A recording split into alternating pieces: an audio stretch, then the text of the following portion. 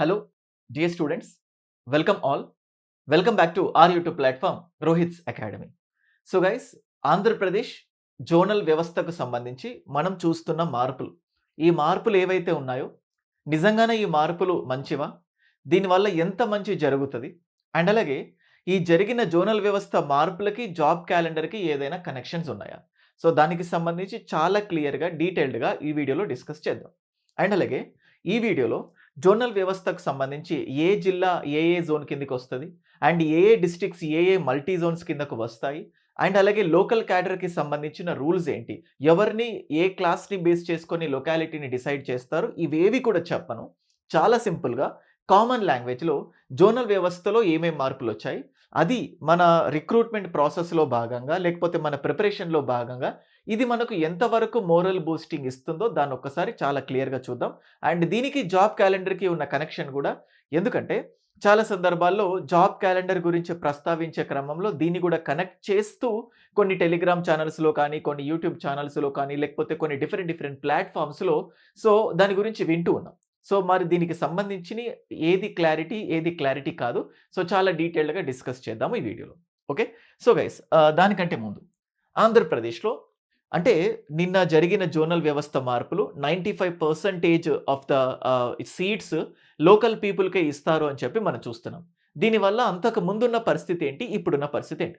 యూజువల్గా డిస్కస్ చేస్తే మనం పోస్ట్స్ని డిసైడ్ చేసేటప్పుడు కొన్ని పోస్ట్స్ డిస్ట్రిక్ట్ లెవెల్ పోస్ట్స్ ఉంటాయి, కొన్ని పోస్ట్స్ జోనల్ లెవెల్ పోస్ట్స్ ఉంటాయి, ఇంకొన్ని పోస్ట్స్ మల్టీ జోనల్ లేదా మల్టీ జోన్ పోస్ట్స్ లాగా చూడొచ్చు. తర్వాత ఇంకొన్ని పోస్ట్స్ స్టేట్ లెవెల్ అని చెప్పి కూడా మనం చూడొచ్చు. సో మనం ఫస్ట్ ఆఫ్ ఆల్ ఈ మూడింటిని చాలా క్లియర్గా డిస్కస్ చేద్దాం. డిస్ట్రిక్ట్ లెవెల్లో చూస్తే అంతకు ముందు వరకు అంటే నిన్నటి కంటే ముందు ఈ జోనల్ వ్యవస్థలో వచ్చిన మార్పులతో పాటు 95% ఆఫ్ ద సీట్స్ లోకల్ వాళ్ళకి, 95% సీట్స్ లోకల్ వాళ్ళకి అన్నాం కదా. దానికంటే ముందు ఎలా ఉండేదంటే డిస్ట్రిక్ట్ లెవెల్లో 80% ఆఫ్ సీట్స్ మాత్రమే లోకల్ పీపుల్కి వచ్చే ఛాన్సెస్ ఉండేవి. లోకల్ అంటే ఆ డిస్ట్రిక్ట్ లెవెల్లో అంటే డిస్ట్రిక్ట్ పోస్ట్స్ ఉంటాయి. జనరల్గా మనకు ప్రభుత్వ ఉద్యోగాలు ఏవైతే ఉన్నాయో వాటిల్లో కొన్నిటిని డిస్ట్రిక్ట్ లెవెల్గా, కొన్నిటిని జోనల్ లెవెల్గా, కొన్నిటిని మల్టీ జోన్గా, కొన్నిటిని స్టేట్ లెవెల్గా డివైడ్ చేస్తారు. ఇప్పుడు డిస్ట్రిక్ట్ లెవెల్లో చూస్తే మనం విఆర్ఓస్ కానీ, పంచాయత్ సెక్రటరీస్ కానీ, టీచర్స్ కానీ, పోలీస్ కానిస్టేబుల్స్ కానీ ఇవేవైతే ఉన్నాయో వీటన్నిటిని డిస్ట్రిక్ట్ లెవెల్లో ఉంటాయి. సో అంతకుముందు 80% ఆఫ్ ద సీట్స్ అంటే 100లో 80 మాత్రమే ఆ జిల్లాకు చెందిన వాళ్ళకు ఇచ్చేవారు. మిగతా 20% నాన్ లోకల్ వేరే వాళ్ళకి ఇచ్చేవాళ్ళు. అంటే ఆ డిస్ట్రిక్ట్స్ కాకుండా మిగతా డిస్ట్రిక్ట్స్ అండ్ ఎవ్రీథింగ్ పక్క స్టేట్ అని ఏదైనా అన్ని కలిపి ఉండేవి. సో ఇప్పుడు జరిగిన మార్పుల వల్ల ఏంటంటే ఈ 80% కాస్త 95% లోకల్ పీపుల్కే రావడం జరిగింది. అంటే 100లో 15 పోస్ట్స్ అదనంగా లోకల్ పీపుల్కే వచ్చే ఛాన్సెస్ ఉన్నాయి సీట్స్ పరంగా. సేమ్ ఇప్పుడు జోనల్ పోస్ట్స్ చూసినట్లయితే జనరల్గా మనం జూనియర్ లెక్చరర్స్ కానీ, పాలిటెక్నిక్ లెక్చరర్స్ కానీ, లేకపోతే సబ్ ఇన్స్పెక్టర్స్ కానీ కొన్ని గ్రూప్ 2 పోస్ట్స్ ఉంటాయి కదా, వీటిని జోనల్ పోస్ట్స్ అంటాం. అయితే ఎగ్జాంపుల్స్ చెప్పే క్రమంలో కొన్నింటిని తప్పుగా చెప్పినా లేకపోతే కొన్నింటిని వేరుగా చెప్పినా కంపల్సరీ మీరు నన్ను ఫర్గివ్ చేస్తారనుకుంటున్నాను. నా ప్రయత్నం ఓన్లీ జరిగిన మార్పుల్లో సింపుల్గా మనకు జరిగే లాభాలు ఏంటి, సో దానికి సంబంధించిన ఇంపార్టెంట్ ఆస్పెక్ట్స్ని డిస్కస్ చేయడం మాత్రమే నా ప్రధాన ఉద్దేశం. జోనల్ లెవెల్ పోస్ట్స్ ఉన్నాయి. అంతకుముందు ఈ జోనల్ లెవెల్ పోస్ట్స్లో 70% మాత్రమే లోకల్ వాళ్ళకు వచ్చే ఛాన్సెస్ ఉండేవి. అంటే ఈ జోనల్ పోస్టులు ఏవైతే ఉన్నాయో 100లో 70 మాత్రమే ఆ జోన్కి చెందిన వాళ్ళకు అందించేసి మిగతా 30 పోస్టులు వేరే జోన్ వాళ్ళకి ఇచ్చేవారు. ఇప్పుడు జరిగిన మార్పు ఏదైతే ఉంటుందో దీంట్లో ఏంటంటే ఈ 70% కాస్త 95% లోకల్ వాళ్ళకు వచ్చే ఛాన్సెస్ ఉన్నాయి. అంటే డిస్ట్రిక్ట్ లెవెల్లో 15 సీట్లు అదనంగా, ఇంతకు ముందు కంటే ఇప్పుడు 15% సీట్లు లోకల్ వాళ్ళకు మాత్రమే రావడానికి ఛాన్సెస్ ఉండేవి. ఇప్పుడు దీనికి సంబంధించి జోనల్ లెవెల్లో 25% ఆఫ్ ద సీట్స్ అంటే ప్రతి 100 స్థానాల్లో అదనంగా 25 సీట్లు ఆ జోన్కి చెందిన వాళ్ళకి రావడానికి ఛాన్సెస్ ఉన్నాయి. సేమ్ అట్లాగే ఇప్పుడు మల్టీ జోన్ చూస్తే అంతకుముందు మల్టీ జోన్ లెవెల్లో అంటే మల్టీ జోన్ పోస్ట్స్ అంటే మనం ఇప్పుడు చూసే డిగ్రీ లెక్చరర్స్ కానీ, అలాగే గ్రూప్ 1లో ఉండే చాలా పోస్ట్స్ మల్టీ జోన్ లాగా ఉండేటివి. సో ఇప్పుడు దీంట్లో ఏంటంటే ఈ 60% ఏదైతే ఉంటుందో ఈ 60% లోకల్ ఓన్లీ 60%కే ఉండేది. ఇప్పుడు 95% సీట్స్ లోకల్ వాళ్ళకని చెప్పడం, జోనల్ వ్యవస్థలో మార్పులు ఈ రెండింటిని చూస్తే ఈ పండుగ అంటే అంతకుముందు డిస్ట్రిక్ట్స్ పేర్లు మార్పడం, డిస్ట్రిక్ట్స్ అంటే బౌండరీస్ మార్చడం, వీటన్నిటిని బేస్ చేసుకొని కొత్త జోనల్ వ్యవస్థ వచ్చింది. 95% సీట్స్ లోకల్ వాళ్ళకి ఇది జరిగింది.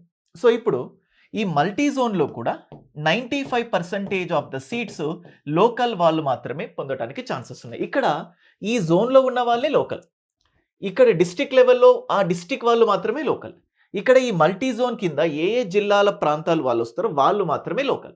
మిగతా వాళ్ళంతా నాన్ లోకల్. అంటే మనం ఏమనుకున్నామంటే ఆంధ్రప్రదేశ్ అంటే లోకల్, ఆంధ్రప్రదేశ్ బయట వాళ్ళు నాన్ లోకల్ అనుకోకండి. సో థింగ్స్ ఏందంటే ఈ డిస్ట్రిక్ట్ లెవెల్‌లో ఆ డిస్ట్రిక్ట్ లెవెల్ వాళ్ళకు 80% ఉండేటివి. ఇప్పుడు 95% ఆ డిస్ట్రిక్ట్ వాళ్ళే. సో ఇప్పుడు సేమ్ అట్లాగే మల్టీ జోన్‌లో మల్టీ జోన్ పోస్ట్స్ అంతకుముందు 60% లోకల్ వాళ్ళకుండేవి. ఇప్పుడు 95% లోకల్ వాళ్ళకొచ్చింది. అంటే అదనంగా 35 పోస్ట్స్ 35% సీట్స్. అంటే 100లో 35% సీట్లు. అంటే 100% యేసుకుంటే. ఇప్పుడు 95% లోకల్ గదా! ఇప్పుడు 100 పోస్టులు ఉంటే అందులో 35 పోస్టులు ఆ మల్టీ జోన్ వాళ్ళకు అదనంగా రావటానికి ఛాన్సెస్ ఉన్నాయి. మళ్ళీ ఇందులో కాంపిటీషన్స్ ఇవన్నీ గూడా అటు ఇటుగా ఉంటాయి. అది డిఫరెంట్ సినారియో.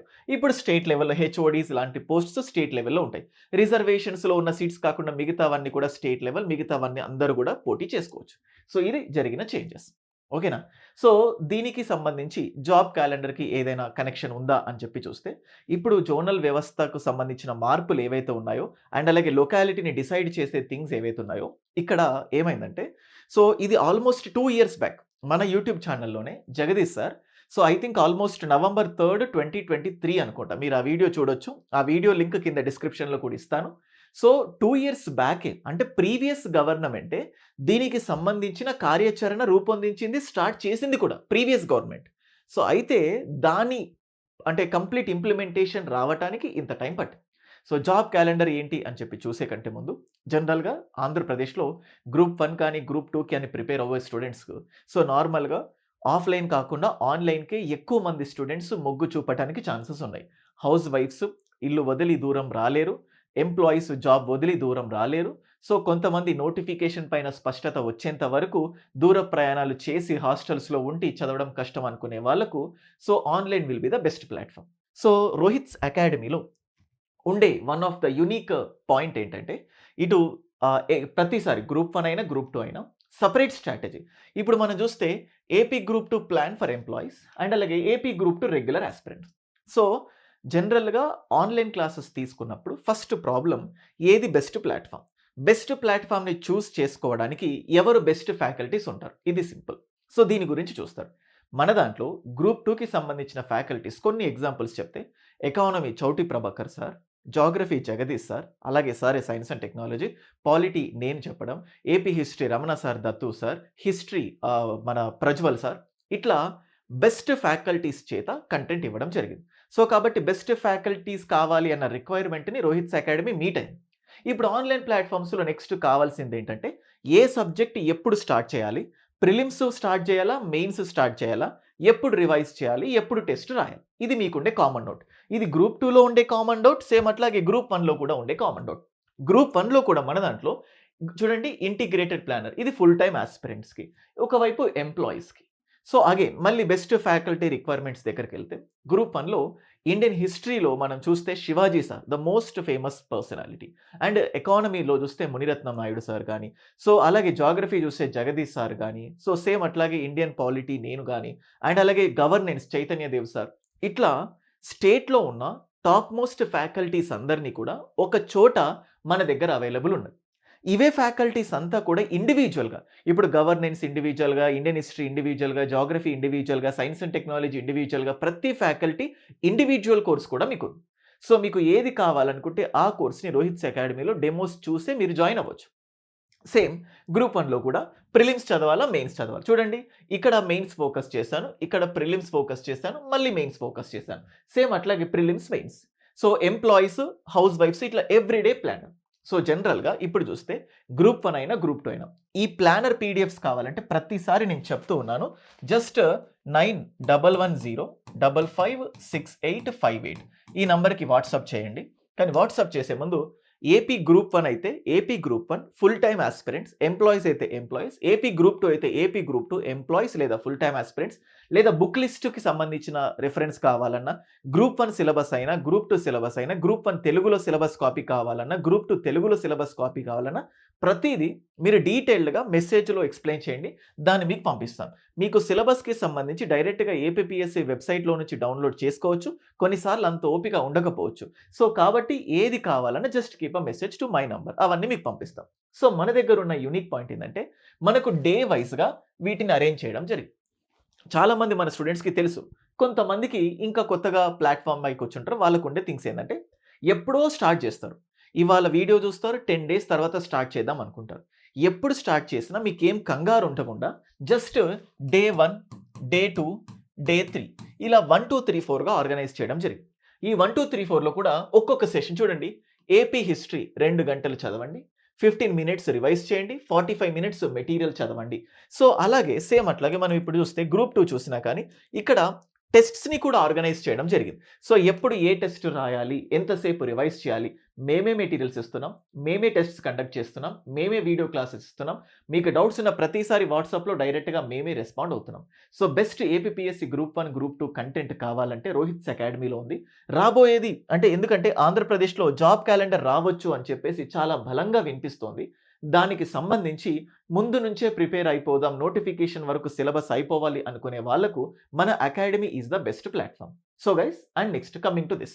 సో, ఇలా జోనల్ వ్యవస్థలో అంటే మల్టీ జోన్‌లో 35 పోస్టులు మల్టీ జోన్‌లో ఉన్న వాళ్ళకి అండ్ జోనల్‌లో 25 పోస్టులు ఇప్పుడున్న దానికంటే ఎక్కువగా 25 పోస్టులు ఆ జోన్‌లో ఉన్న స్టూడెంట్స్‌కి అండ్ అలాగే డిస్ట్రిక్ట్ లెవెల్‌లో 15 పోస్ట్స్ 100లో 15 పోస్ట్స్. ఆల్రెడీ ఏదైతే సెటప్ ఉందో దానికంటే ఏమేమి ఇంప్రూవ్ అయింది. సో, ఇక్కడ ఇదంతా కూడా జరిగిన ఇంప్రూవ్‌మెంట్స్, జరిగిన లాభాలు. సో, ప్రతి 100 పోస్టుల్లో డిస్ట్రిక్ట్ లెవెల్‌లో, జోనల్ లెవెల్‌లో, మల్టీ జోన్, స్టేట్ లెవెల్‌లో కాదు మళ్ళీ. ఈ 3 లెవెల్స్‌లో 95% ఆఫ్ సీట్స్ లోకల్ వాళ్ళకే. జనరల్‌గా ఏమైందంటే తెలంగాణలో 2016 ఎస్ఐ రిక్రూట్‌మెంట్స్ మనం చూస్తే అక్కడ ఉన్న ఒక క్రిటిసిజమ్స్ ఏమొచ్చాయంటే అప్పట్లో ఎస్ఐ అంటే జోనల్ పోస్ట్స్ కాబట్టి ఎస్ఐ అంటే 2 స్టేట్స్‌కి సేమ్ ఉండే అంతకుముందు. ఈ పాత ప్యాటర్న్ 2 స్టేట్స్‌లో 70% మాత్రమే లోకల్.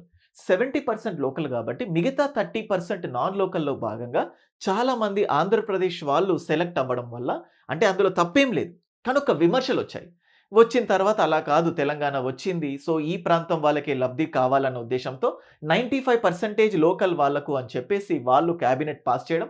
ప్రెసిడెంట్‌కెళ్ళిపోయిన తర్వాత ఆల్‌మోస్ట్ 3 సంవత్సరాల తర్వాత 2018 మేలో ఈ జోనల్ వ్యవస్థ అమల్లోకొచ్చింది.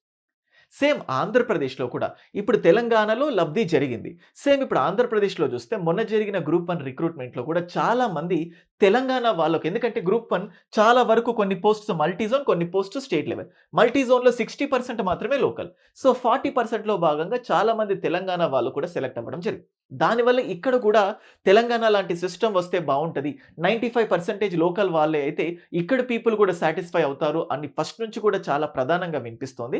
అంతకు ముందు గవర్నమెంట్ వెళ్ళిపోయే కంటే ముందు 2023 నవంబర్‌లో క్యాబినెట్ ఆమోదం తెలపడం, దాన్ని రాష్ట్రపతికెళ్లడం, దీని వెనకాల గ్రౌండ్ వర్క్ ఇన్ని రోజులు జరిగి నిన్న అప్డేట్ రావడం జరిగింది.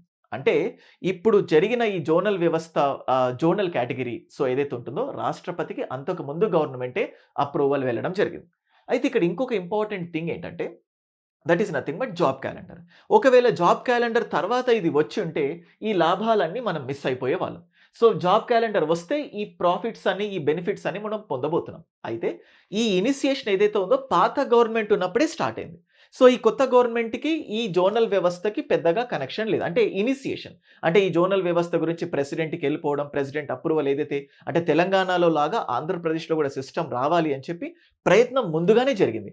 దానికి ఈ జాబ్ క్యాలెండర్‌కి కనెక్షన్ లేదు. అయినప్పటికీ కూడా జాబ్ క్యాలెండర్ రావటానికి ఇక్కడ ఏందంటే ఈ రెండిటికి కనెక్షన్ లేదని మాత్రమే చెప్తున్నాను. జాబ్ క్యాలెండర్ లేదు అని మాత్రం చెప్పట్లేదు. జాబ్ క్యాలెండర్ ఖచ్చితంగా ఉంటుంది ఆంధ్రప్రదేశ్‌లో. గత కొన్ని రోజులుగా మనం వింటున్నాం. అయితే చాలా సందర్భాల్లో మన ప్లాట్‌ఫార్మ్‌లో నేను ఏది మాట్లాడినప్పుడల్లా కూడా దానికొక అథెంటిసిటీ లేకపోతే ఒక ప్రాక్టికల్ లేకపోతే ఒక ప్రూఫ్‌తో మాత్రమే మాట్లాడడానికి ప్రయత్నిస్తూ ఉంటాను కాబట్టి సో, నేను పెద్దగా ఏం చెప్పలేదు. సేమ్ అందుకే ఇక్కడ కూడా దానికి దీనికి కనెక్షన్ ఉందా అడిగితే కనెక్షన్ లేదని చెప్తున్నాను. కానీ జాబ్ క్యాలెండర్ మార్చ్ వరకి కూడా రావడానికి మోర్ ఛాన్సెస్ ఉన్నాయి. అయితే జాబ్ క్యాలెండర్‌లో ఏ నోటిఫికేషన్ ఎప్పుడొస్తదని మాత్రమే ఉంటది కానీ, సో అప్పుడే ఇమ్మీడియేట్‌గా నోటిఫికేషన్స్ రావు. సో ఎంత కాదనుకున్నా మార్చ్‌కి ఇంకొక 4 నెలలుంది. ఈ 4 నెలల జాబ్ క్యాలెండర్ వచ్చినా అప్పటికప్పుడు రెడీ కావాలంటే ఈ గ్రూప్ 1, గ్రూప్ 2 లాంటి ఎగ్జామ్స్‌కి ప్రిపేర్ అవ్వాలన్నప్పుడు ప్రిపరేషన్ స్టార్ట్ చేసిన తర్వాత సెటిల్ అవ్వడానికి, ఆ ప్రిపరేషన్ యొక్క శైలి అర్థం అవ్వడానికి ఒక 2 నెలలు పట్టొచ్చు. ఈ సెటిల్‌మెంట్ పీరియడ్ అయిపోయిన తర్వాత మెల్లిగా నువ్వు నిలదొక్కుకుంటూ ఉంటావు. అంటే నువ్వు నిజంగా ప్రిపేర్ అవ్వాలనుకుంటే this is the time. Job calendar వచ్చాకనే ప్రిపేర్ అవుతాను, నోటిఫికేషన్ వచ్చాకే ప్రిపేర్ అవుతాను అంటే ఆ మందులో మందగానే మిగిలిపోతావు. అంటే జస్ట్ ప్రిపేర్ అవుతావు అంతే. కానీ సెలెక్ట్ అవ్వడానికి ప్రిపేర్ అవ్వాలి అంటే దానికి ఉండాల్సిన క్వాలిటీస్ ముందు నుంచే అంతఃకరణ శుద్ధితో ప్రిపేర్ అవ్వాలి. ఎంత బలంగా అనుకున్నా ఆ సెటిల్ అవ్వడానికి కనీసం 1 మంత్, 2 మంత్స్ పడతది. ఎన్నో క్వెషన్స్ ఉంటాయి. ఎన్నో డౌట్స్ ఉంటాయి. అనుమానాలుంటాయి. ఇవన్నిటిని పక్కన పెట్టి ఒక సీరియస్ యాస్పిరెంట్ లాగా నువ్వు ముందుకెళ్ళాలంటే టైం పడతది. అందుకే ఇంకా లేట్ చేయకండి. సో, డిసెంబర్ అయినా ఒక న్యూ ఇయర్ రిజల్యూషన్స్ పెట్టుకుంటారు కదా చాలామంది. అట్‌లీస్ట్ జాన్వరి నుంచైనా స్టార్ట్ చేద్దాము. ఇట్లాంటివేవో పెట్టుకుంటారు కదా! Start preparing. జాబ్ క్యాలెండర్ ఖచ్చితంగా వస్తది. ఈ జోనల్ వ్యవస్థలో భాగంగా జాబ్ క్యాలెండర్‌కి ఇంకా మంచి జరుగుతది. ఎక్కువ పోస్ట్‌లొస్తాయి. So, that's what we can expect. And I hope ఈ వీడియో మీకు నచ్చిందని అనుకుంటున్నాను. ఇంకేదైనా డౌట్స్ ఉంటే కింద కామెంట్ సెక్షన్‌లో తెలియజేయండి. సో, ఏవైనా ఇంకేదైనా చెప్పలేని పాయింట్స్ చేయలేనివి ఉంటే మీరు కామెంట్ సెక్షన్‌లో తెలియజేయండి. వాటికి ఆన్సర్ చెప్తాను. లేకపోతే నా వాట్సాప్ నంబర్ ఇచ్చాను కదా! మీకు ప్రిపరేషన్‌కి సంబంధించి ఏవైనా డౌట్స్ ఉన్నా దానికి మెసేజ్ పెట్టండి. ఖచ్చితంగా రెస్పాండ్ అవుతాను. Thank you so much.